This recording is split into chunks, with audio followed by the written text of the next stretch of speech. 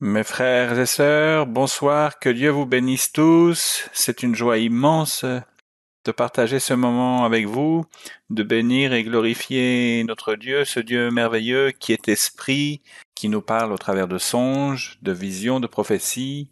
Gloire à notre Dieu.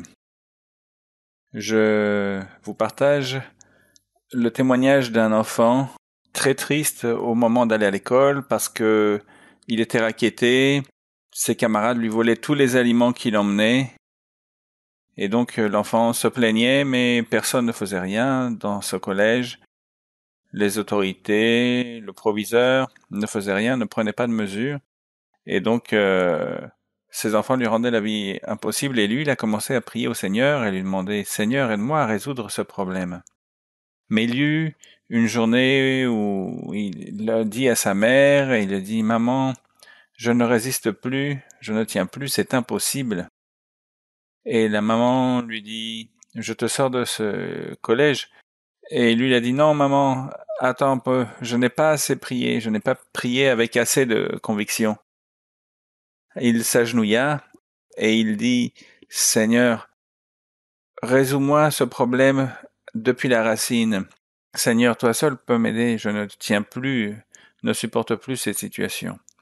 Il se trouve que quelques jours après, que le collège détecta, à cause de beaucoup de plaintes, le mauvais comportement de ces jeunes et ils furent expulsés de l'école. Et c'est ainsi que Dieu résolut ce problème à cet enfant qui a toujours été très patient avec eux, qui ne se disputa jamais avec eux, mais qui fit confiance au Seigneur. Et nous avons ainsi l'enseignement de ce que c'est que confier en le Seigneur et que ce soit lui qui résout nos problèmes. Nous allons nous mettre debout et nous allons lire dans nos Bibles. Nous allons lire dans le livre de Jacques, dans le premier chapitre de Jacques, chapitre 1 de Jacques, verset 19. Nous lisons pour honneur et gloire et exaltation de notre Seigneur. Sachez-le, mes frères bien-aimés, ainsi que tout homme soit prompt à écouter, lent à parler, lent à se mettre en colère. Amen. Gloire au Seigneur. Vous pouvez vous asseoir, mes frères. Nous allons prêcher ce soir au sujet de la prudence. La prudence a deux sens, deux significations. Le premier sens de la prudence, c'est celui que nous venons de lire, que nous fassions attention à l'heure de parler, que nous soyons prompts à écouter, mais pas prompts à parler, mais plutôt lents à parler, que nous prenions notre temps avant de parler. C'est mieux. C'est mieux prendre des précautions avant de parler.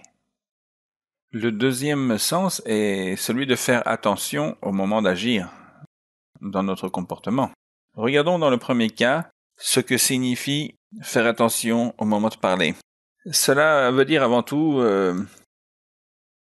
penser avant de parler, pas parler pour penser. Pensez toujours à ce que vous allez dire avant de parler pour n'offenser personne. Ce qui est le plus important, que l'on n'offende pas les personnes.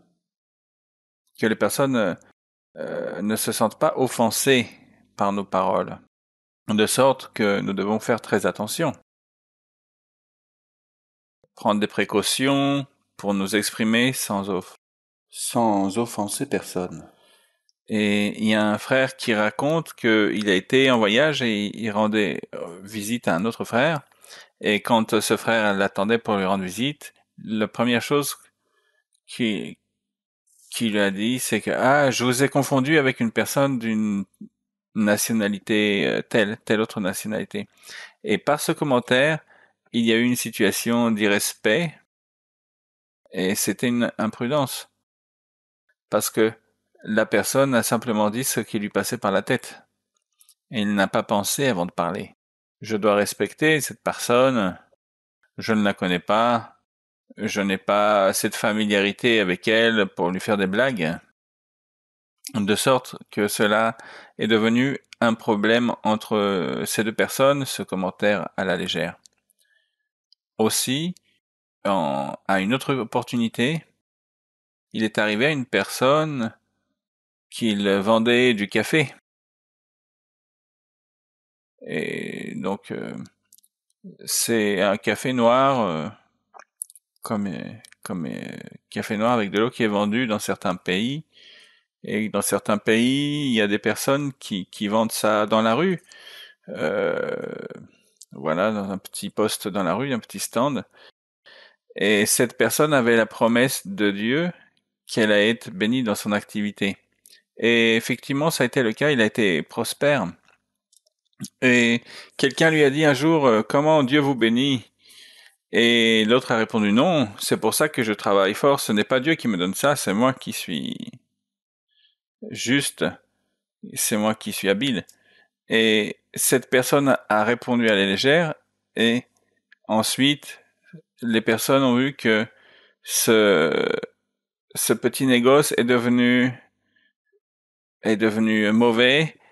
Les récipients où il avait le café ont explosé, se sont cassés à cause d'un commentaire à la légère, de se mettre le mérite à lui-même et de ne pas rendre la gloire au Seigneur. Il faut aussi faire très attention quand les personnes sont impulsives et qu'elles se fâchent et qu'à ce moment elles disent des choses à la légère et qu'elles offensent les autres. Et dans ce sens-là, parce qu'elles sont impulsives, les personnes ne mesurent pas les paroles qu'elles disent et ensuite cela crée des problèmes, ça crée des rancœurs, les personnes vont être tristes et elles vont toujours se souvenir qu'on les a offensées, injuriées, qu'elles ont été maltraitées. Dans la pratique, que doit-on faire dans la pratique? Par exemple, si vous êtes un chef d'entreprise, vous êtes chargé de l'entreprise, vous pouvez bien entendu rappeler à l'ordre vos employés sur tout ce qui a un rapport au travail. Vous avez l'autorisation de faire des rappels à l'ordre, bien sûr. Et là, ce n'est pas un manque de prudence. Mais dans des sujets qui n'ont pas de relation avec les thèmes de travail professionnel ou dans des thèmes qui ne font pas partie des règlements du travail, il faut faire attention à ce que l'on dit aux gens, parce que vous pouvez offenser la personne. Dans l'église, par exemple, si quelqu'un vous dit si vous me voyez faire une erreur, dites-le moi. Oui, vous pouvez effectivement le dire à cette personne parce que cette personne vous a invité à le faire.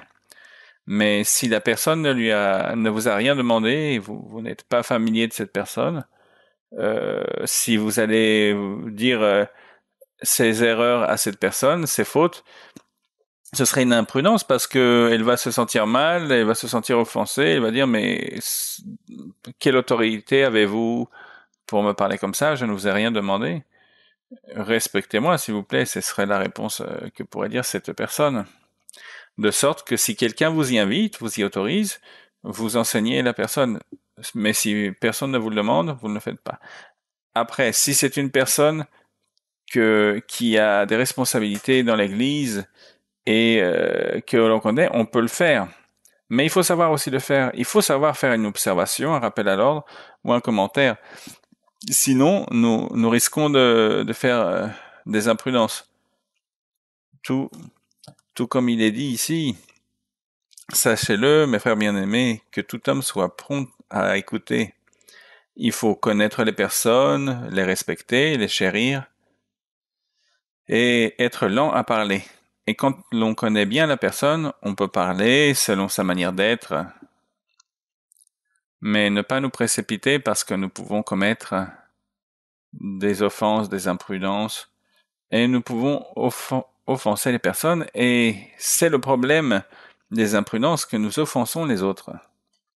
Et nous faisons du mal dans leur vie spirituelle, nous pouvons les éloigner de Dieu. Tout comme nous avons lu dans Jacques, il y a des exemples dans la Bible qui illustrent, comme dans le cas de Jephthé. Nous allons lire dans Juges, dans le chapitre 11, dans le verset 30, Jephthé fait un vœu au Seigneur. en lui disant que s'il aide à vaincre les Ammonites, la première personne qu'il allait rencontrer, cette personne serait pour Dieu. Donc il parle à la légère.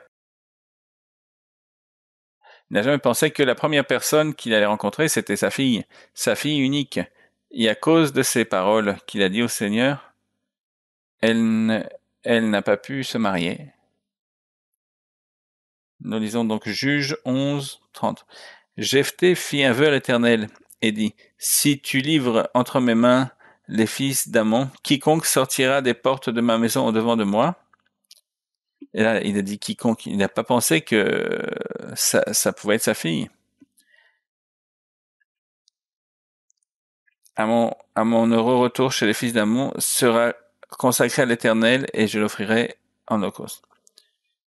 Et ensuite, c'est sa fille unique qui est sortie et il a dû ensuite tenir sa parole et tout cela parce qu'il n'a pas fait attention au moment de parler. Lisons maintenant dans Daniel. Dans Daniel, premier chapitre de Daniel, la Bible nous enseigne comment Daniel fit attention, et fut prudent dans ses paroles quand il parla, quand ils étaient à Babylone et que on exigeait d'eux qu'ils mangeassent certains aliments qu'ils ne voulaient pas manger parce qu'ils étaient juifs et ils ne pouvaient pas le manger selon leur religion. Et donc Daniel parla au chef des eunuques en lui demandant qu'il ne lui donne pas de cet aliment, ni non plus à ses amis qui étaient juifs eux aussi, mais plutôt qu'il leur donne des légumes et de l'eau à la place de ça. Mais le chef des eunuques fut préoccupé, mais comment tu vas me demander ça? Vous allez commencer à perdre votre aspect physique, vous allez maigrir. Cela me met en danger. Je vais me faire tuer. Et Daniel lui répondit avec beaucoup de prudence. Donne-moi 10 jours. Et au bout de 10 jours, tu vas analyser si nous avons une pâle figure. La manière dont Daniel lui parla nous enseigne à tous. Quand l'on demande quelque chose à quelqu'un, par exemple, dans votre travail, dans votre emploi, vous devez vous adresser à votre chef. Il faut savoir s'adresser à son chef. Combien plus quand l'on s'adresse au Dieu vivant, à notre Seigneur. Là, il faut aussi lui dire les choses, il faut savoir prier. Prier avec prudence, non pas en parlant à la légère, mais en justifiant et donnant des raisons et des explications à notre Seigneur. Ici, dans le verset 13-12, Daniel dit, éprouve tes serviteurs pendant 10 jours et qu'on nous donne des légumes à manger et de l'eau à boire. C'est-à-dire qu'il sut lui parler, qu'il sut comment lui demander. Et c'est un enseignement pour nous tous. Cherchez le moyen correct de dire les choses. Il lui dit 10 jours, verset 13. Tu regarderas ensuite notre visage et celui des jeunes gens qui mangent des mets du roi, et après tu décideras. Donc il sut très bien parler. Quand Néhémie dut parler au roi, cette pétition fut bien reçue par le roi Artaxerxès de le choisir, lui, qui était les chansons pour restaurer Israël, restaurer Jérusalem. De même Esther, quand elle se présenta devant le roi, il était clair qu'elle savait qu'elle devait le faire au bon moment et avec les paroles adéquates, que Dieu lui donne la grâce pour pouvoir s'exprimer. Et elle l'a fait avec énormément de prudence. Elle ne pouvait pas aller dire n'importe quoi au roi. Et elle eut sa grâce pour sauver le peuple d'Israël. Nous voyons aussi, au sujet de la prudence, ou de l'imprudence? Dans Proverbes chapitre 14, la Bible nous enseigne, chapitre 14, verset 8. La sagesse de l'homme prudent au sujet des indiscrétions. Quand une personne est indiscrète, quand elle pose des questions sur ce qu'elle ne doit pas demander, cette personne commet une indiscrétion, et ceci est une imprudence. Et c'est une personne qui ferme les portes devant elle parce qu'elle fait des questions qu'elle ne doit pas faire, parce qu'elle est indiscrète, parce qu'elle veut savoir plus de ce qu'elle doit savoir.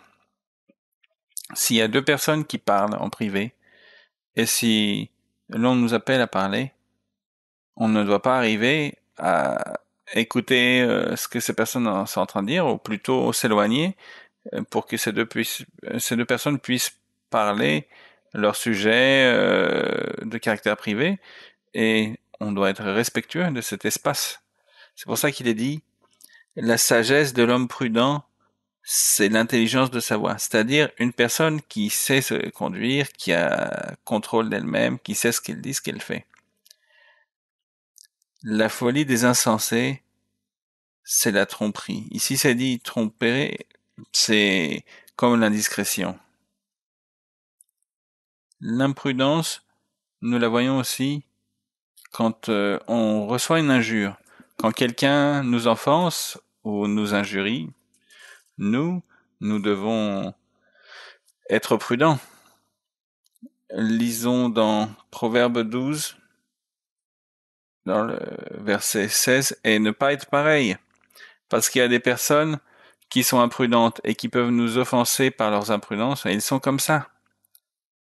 Ils parlent sans penser, ils disent les choses sans y penser, ils n'analysent pas ce qu'ils disent, ils ne se rendent pas compte qu'ils offensent les autres. Ou ils aiment bien faire des blagues, et vous prenez tout très au sérieux, comme on dit en Colombie parfois, et vous devenez très sentimental, mais la personne faisait juste une blague. Ou donc vous ne devez pas vous laisser emporter par une impulsion et commencer à vous disputer, parce que cela ce serait imprudent. Regardez ce qui est écrit dans la Bible. L'insensé laisse voir un instant sa colère. Oui, parce que c'est la colère l'emporte, et il se laisse contrôler par sa colère, comme nous lisions dans Jacques, qu'il faut être lent à la colère. Mais celui qui cache un outrage est un homme prudent, c'est-à-dire celui qui ne va pas faire attention à l'outrage, mais donc il va pas faire attention à cela. Il va fermer les yeux, il va faire comme celui qui n'a pas entendu. Il va faire celui qui n'a pas entendu. Et cette personne-là va éviter beaucoup de problèmes dans la vie. Dans Matthieu aussi, Matthieu chapitre 22, nous voyons la prudence dans notre Seigneur Jésus-Christ quand on lui posait des questions. Les gens lui posaient beaucoup de questions et beaucoup pour l'accuser. Dans notre vie, cela peut aussi nous arriver, que l'on nous fasse des questions pièges, où les gens espèrent qu'on va répondre d'une certaine manière, et il faut pas se laisser avoir, et plutôt répondre d'une autre. C'est ce qui s'appelle être prudent. Donc, Matthieu 22, verset 15. Alors les pharisiens allèrent se consulter sur les moyens de surprendre Jésus par ses propres paroles. Par exemple, quelqu'un qui n'aime pas l'Église. Si quelqu'un va vous faire des questions avec une mauvaise intention, donc vous allez bien analyser comment vous allez répondre à cela pour ne pas tomber dans les pièges, parce que cette personne a une mauvaise intention. Et il est dit ici, dans le verset 16, ils envoyèrent auprès de lui, dans le verset 17, « Dis-nous donc ce qu'il t'en semble. Est-il permis ou non de payer le tribut à César ?»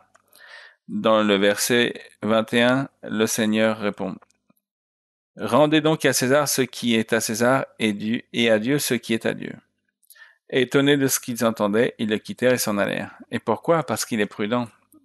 Et cela plaît aux gens. Si les gens voient que vous êtes prudent, Si vous n'agissez pas avec cette prudence et si vous agissez de manière impulsive, vous allez commettre des erreurs. Nous allons voir maintenant quelle est la situation où on fait attention au moment d'agir. Comment faire attention au moment d'agir? Donc nous allons chercher dans le livre de l'Ecclésiaste ce que la Bible enseigne à ce sujet. Donc comment devons-nous agir? Ecclésiaste chapitre 8, comment faut-il faire attention au moment d'agir?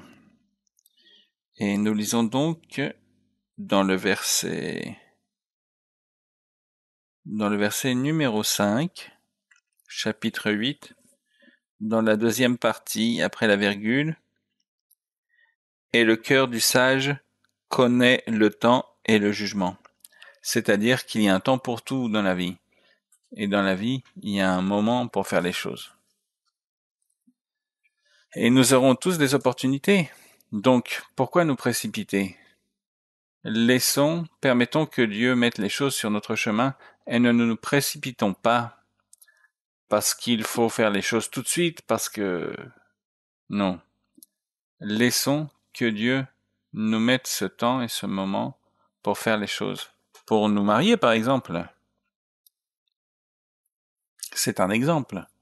Un autre exemple, pour changer de travail, pour faire une affaire, il y a un temps. Pour enseigner quelque chose à quelqu'un, il faut parfois laisser que les personnes aillent se faire leur propre expérience et ensuite les enseigner pour ne pas offenser cette personne. C'est pour ça que cette expression est très belle quand il est dit « Et le cœur du sage connaît le temps et le jugement ». Verset 6. « Car il y a pour toute chose un temps et un jugement. » De sorte que nous, dans notre comportement, nous devons toujours analyser si c'est le bon moment pour faire les choses et nous devons faire très attention, être très attentifs pour bien faire les choses, pour bien nous comporter, pour savoir comment agir. Dans le livre de la Genèse, dans le chapitre 41, nous apprenons que Joseph était très prudent. Il était sage et prudent parce qu'il analysait très bien le temps pour chaque situation. Et il prenait de très bonnes décisions parce que c'était sa sagesse. Donc, quand Dieu lui révéla le sens du songe qu'eut Pharaon, lui-même lui conseilla, sans savoir que ce serait lui, il lui conseilla qu'il se cherche dans le verset 33. Maintenant, que Pharaon choisisse un homme intelligent et sage. Et c'est parce que cette personne pourrait gérer de manière minutieuse, sans se précipiter, sans agir à la légère, en pensant avant d'agir. Elle pourrait gérer tout ce qui allait venir, qui était l'interprétation. Un homme intelligent et sage, et qu'il le mette à la tête du pays d'Égypte. Et là, il explique que la personne doit être prudente, parce qu'elle doit gérer, il faut gérer toute la stratégie pour préparer la terre, et que Pharaon établisse des commissaires sur le pays pour lever le 5e des récoltes de l'Égypte pendant les 7 années d'abondance. Donc bien semé, donc bien semé pour produire beaucoup, qu'il y ait de l'abondance, et qu'il n'aille pas dépenser tout cela, mais qu'il le récolte pour les 7 années de famine. Et donc, dans la Bible, nous voyons qu'il y a beaucoup de versets qui parlent de la prudence, et la personne prudente fait des économies, et elle garde pour le futur, elle se projette dans le futur, elle profite de son temps pour bien programmer le futur. Donc il faut être aussi prudent dans la vie spirituelle en pensant à la vie éternelle. En s'éloignant du péché, la personne prudente sait que si elle fait une folie en péchant, cette personne peut perdre la vie éternelle et perdre la grâce du Seigneur. Donc, la personne prudente mesure tout, calcule tout. Et c'est pour ça que le Seigneur disait à ses disciples qu'ils devraient être doux comme des colombes et prudentes dans l'ancienne version de la Bible et malin comme le serpent parce que le serpent peut astucieux comme le serpent parce qu'il bouge quand il doit bouger. C'est pour cela que nous devons attendre le moment du Seigneur pour agir, ne pas nous précipiter, ne pas prendre des décisions à la légère. De sorte, nous lisons dans l'évangile de Luc, chapitre 14, verset 28, que dans la vie spirituelle, l'on ne peut pas rester à mi-chemin. Imaginez-vous à l'église après 20 ans et faire un péché et sortir de l'église. Quelle tristesse! Comme c'est dommage. Non, si l'on décide de suivre le Seigneur, il faut suivre le Seigneur, être prudent et soigneux avec notre vie spirituelle, notre vie matérielle. Et pour cela, il est dit dans le verset 28, il est dit dans Luc, chapitre 14, 28, « Car lequel de vous, s'il veut bâtir une tour, ne s'assied d'abord pour calculer la dépense et voir s'il a de quoi la terminer. » Ça, c'est se projeter, planifier, être prudent, parce que de peur qu'après avoir posé les fondements, il ne puisse l'achever et que tous ceux qui le verront ne se mettent à l'oreiller. Donc, il faut bien tout planifier, tout penser. De même, dans la vie spirituelle, il dit dans le verset 33, que l'on ne commette pas d'imprudence, agir à la légère, sans penser à toutes les dépenses qui viendraient. Donc, aussi dans Matthieu chapitre 25, aussi il parle de la vie spirituelle, il parle des 10 vierges qui symbolisent les croyants, et donc il y avait 5 vierges prudentes et 5 qui étaient insensées. 5 d'elles étaient sages et 5 d'elles étaient folles et qui ne pensaient pas avant d'agir, qui ne font pas attention, qui sont négligentes.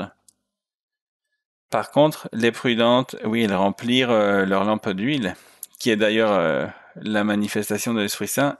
Elles mit à profit le temps et elles furent prêtes pour la vie éternelle.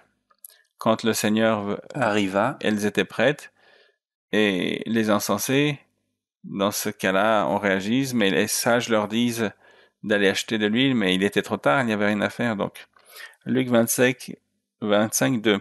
5 d'entre elles étaient folles et 5 sages. Verset 10. Pendant qu'elles allaient en acheter, l'époux arriva. Celles qui étaient prêtes entrèrent avec lui dans la salle de noces et la porte fut fermée. Les autres dirent « Seigneur, Seigneur, ouvre-nous ». Mais il était trop tard. Dans Ésaïe, nous allons lire dans le chapitre 39 un exemple. Ésaïe chapitre 39, un exemple qui nous illustre une imprudence que commit le roi Ézéchias par rapport au fils du roi de Babylone. Et le roi Ézéchias lui montra toute la joie à ce visiteur Mérodach Baladan. Et le prophète Ésaïe lui dit « Qu'as-tu fait ?» Ézéchias lui dit « Tout montré, j'ai montré toutes les richesses toutes les richesses du palais. » Et Dieu utilisa cette figure comme figure pour montrer que le peuple d'Israël resterait sans ses trésors et que tous ces trésors passeraient aux mains du roi Nabuchodonosor, le roi de Babylone. Et dans le verset 2, nous disons « Ézéchias en eut de la joie, et il montra aux envoyés le lieu où étaient ces choses de prix, l'argent et l'or, les aromates et l'huile précieuse, tout son arsenal et tout ce qui se trouvait dans ses trésors. Il n'y eut rien qu'Ézéchias ne leur fit voir dans sa maison et dans tous ses domaines. » Il fut imprudent. Mais Dieu le permit pour que ce soit une illustration, mais cela nous enseigne. Nous en apprenons. Et nous ne devons jamais faire ce genre de choses. Une personne prudente ne va jamais se gausser de ce qu'elle a, ni ce qu'elle sait, mais elle est tranquille. Si on ne voit pas, c'est mieux. Ça, c'est la personne prudente. Et il était aussi dit de David qu'il était prudent dans son comportement. Il y a des exemples. Un exemple d'une personne qui, par exemple, avait beaucoup de richesses économiques et cette personne a commencé à raconter tout ceci à ses employés, toutes les bénédictions, tout ce qu'il avait, et ces personnes lui volèrent tout ensuite. C'est un exemple, c'est des choses qui arrivent. Ils lui ont même volé une propriété intellectuelle qu'il avait sur un produit. Ou par exemple, en une autre occasion, des frères de l'Église racontaient qu'ils firent un voyage chez d'autres frères, et ces frères purent beaucoup voyager, et la conversation au moment du dîner fut autour de leur voyage et les voyages qu'ils ont faits, et les frères et sœurs qui étaient invités avaient très peu voyagé, donc ils se sentaient mal parce que eux ne connaissaient rien de tout cela, et ceci être imprudent. Que ceux qui voyagent beaucoup parlent avec ceux qui ne voyagent pas, c'est imprudent, parce que leurs amis se sont sentis mal. Nous allons lire dans la Genèse chapitre 34, un épisode avec les fils de Jacob. Et Dina, la fille de Jacob, qui a été déshonorée, et à côté de Sichem, et ses frères, les fils de Jacob, sont très fâchés par cette déshonneur qui a été fait à leur sœur. Et donc eux, sans demander l'avis de leur père, ils sont partis et ils ont été se venger de la personne qui a déshonoré leur sœur. Et donc au moment où ces personnes sentaient de la douleur, ils les ont tués. Et à cette époque-là, c'était œil pour œil, dent pour dent, mais ça a été un grand problème pour Jacob. Et leur père leur a dit, c'est une imprudence, ce n'était pas la manière. Et de plus, je me suis rendu odieux aux yeux de tous les habitants de cette contrée. Mais les fils de Jacob n'ont pas pensé à toutes ces choses, ils se sont laissés emporter par leur colère, et ils n'ont jamais pensé qu'ensuite leur père serait poursuivi à cause de cela. Donc, c'est un exemple intéressant d'imprudence et de comment l'impulsion, la colère génère des soucis aux autres personnes, dans ce qui apprécient à leur père. Donc, dans le verset 30, nous lisons « Alors Jacob dit à Siméon et à Lévi, « Vous me troublez en me rendant odieux aux habitants du pays, aux Cananéens et aux Phérésiens. Je n'ai qu'un petit nombre d'hommes. » Donc Jacob il pensait, il mesurait, il était prudent. « Et ils se rassembleraient contre moi, ils me frapperont, et je serai détruit, moi et ma maison. » Et ils répondirent, « Traitera-t-on notre sœur comme une prostituée ?» Donc ils n'ont rien voulu savoir. Donc dans ces cas-là, il faut vraiment remettre la justice en main du Seigneur. Si nous voyons l'exemple de cet enfant qui a demandé à Dieu qu'il l'aide avec son problème, Dieu l'a aidé. Dieu peut nous aider dans nos problèmes. Dans le second livre de Samuel, chapitre 23, la Bible enseigne une situation qu'a vécue David au milieu de ses batailles. Un jour où il a eu très soif. Dans cet exemple, nous allons voir l'union des deux parties de la prudence. Parler à la légère et l'autre agir à la légère. Parce que David, il avait soif. que l'on me donne à boire. Et comme on l'aimait, tout le monde voulait lui donner de l'eau. Et a donné même leur vie pour lui-même. Mais il n'a pas pensé à cela.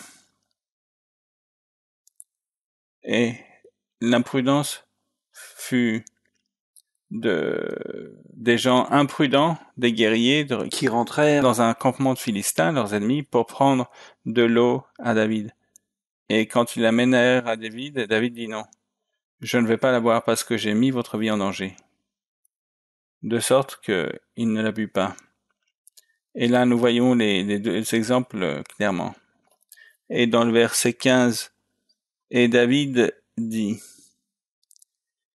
Qui me fera boire de l'eau de la citerne qui est à la porte de Bethléem? Alors les 3 vaillants hommes passèrent au travers du camp des Philistins, et puisèrent de l'eau de la citerne qui est à la porte de Bethléem. Ils l'apportèrent et la présentèrent à David, mais il ne voulut pas la boire et la répandit devant l'Éternel. Loin de moi, ô Éternel, la pensée de faire cela. Boirai-je le sang de ces hommes qui sont allés au péril de leur vie? Il ne voulut pas la boire. Les 3 vaillants firent cela.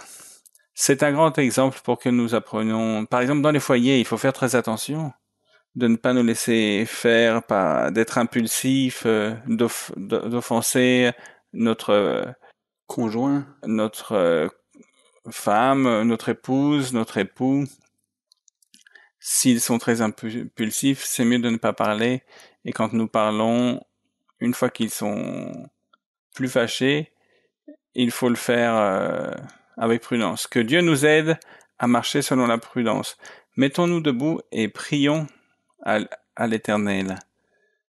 Bon Dieu, Roi éternel, nous te remercions pour toutes tes bénédictions, ton amour, tes merveilles. Tu es bon, tu es grand, tu es merveilleux, tu es notre vie, notre joie, notre allégresse, notre chant, notre jubilation. Aide-nous, Seigneur, chaque jour à savoir nous comporter, à savoir agir par les chemins de la prudence, Seigneur. Savoir parler au moment indiqué, savoir agir au moment indiqué. Garde-nous des imprudences, Seigneur, garde-nous d'offenser nos prochains. Et qu'ainsi, Seigneur, nous puissions donner un bon témoignage et trouver grâce devant les personnes pour que les personnes te connaissent et qu'ils veuillent te suivre, que ton nom soit loué, exalté et connu par tous à cause de notre témoignage grâce à notre prudence. Libère-nous, Seigneur, guide-nous, protège-nous du mal, garde-nous des tromperies du malin, de l'ennemi, de toutes ces sorcelleries, de toutes ces machinations du diable, de tout ce qui est mauvais, tout ce qu'il veut nous faire. Au contraire, amène ce qui est bon, Seigneur. Donne-nous la victoire, le triomphe, Seigneur. Rappelle-toi de tes promesses, Seigneur, dans notre vie, Seigneur, chaque jour. Nous confions tes paroles, Seigneur. Permets-nous, Seigneur, de jouir de tes bénédictions et d'être heureux dans ta faveur, dans ta miséricorde, dans ta bonté, dans ta générosité, de pouvoir profiter et jouir de toutes tes belles paroles de vie. Nous t'aimons, nous te bénissons, nous exaltons ton nom, Seigneur. Que le mal soit éloigné, Seigneur. Que cette maladie, ce virus soit éloigné, qu'il n'arrive pas à nous. Que le Dieu de grâce nous guérisse et nous fortifie au milieu de l'épreuve. Qu'il nous donne le triomphe et qu'il nous fasse aller de l'avant, qu'il nous aide et qu'il nous réconforte. Pour que nous soyons comme ceux qui construisent cette tour, cette maison sur la roche, et que ce soit une maison qui se maintient jusqu'à la fin. Gloire à Dieu qu'il en soit ainsi. Que Dieu bénisse tous ses fils et ses filles dans les nations qui clament devant l'Éternel. Qu'il bénisse notre sœur Maria-Louisa avec la plus grande bénédiction du ciel. Donne-lui, Seigneur, une longue vie, une vie agréable, de plénitude, de triomphe avec ce qu'il y a de mieux. Alléluia. Merci, Seigneur, Dieu très bon. Aussi pour tes enfants, Seigneur, qui clament vers toi, Dieu très haut. Bénis tes enfants, ton peuple, et tous ceux qui nous rejoignent dans la transmission. Bénis, Seigneur, tout ton peuple, concède les pétitions de leur âme, qu'ils reçoivent ce qu'ils te demandent, donne-leur le triomphe et la victoire. Tout ceci, je te le demande au nom de ton Fils, notre Seigneur Jésus-Christ. Amen. Nous allons, mes frères, chanter un cantique, le cantique 98. Sur la roche, ma maison est construite. Gloria a Dios, bendito el Señor, te amamos, oh Dios, te adoramos con todo nuestro corazón, te bendecimos, te tributamos loor, alabanzas al Rey de Gloria, bendecido desde el siglo y hasta el siglo. Sobre la peña mi casa está, firme sobre ella se quedará, tempestades la podrán batir, pero no podrán a mi casa hundir, pero no podrán a mi casa hundir. Sobre la peña mi casa está, firme sobre ella se quedará, tempestades la podrán batir, pero no podrán a mi casa hundir, pero no podrán a mi casa hundir. Gloria a Dios, gloria a Dios, Gloire à gloria a Dieu. Dios, bendito. Béni et loué soit le nom du Seigneur. Je vous embrasse tous, que Dieu vous bénisse et qu'il vous garde.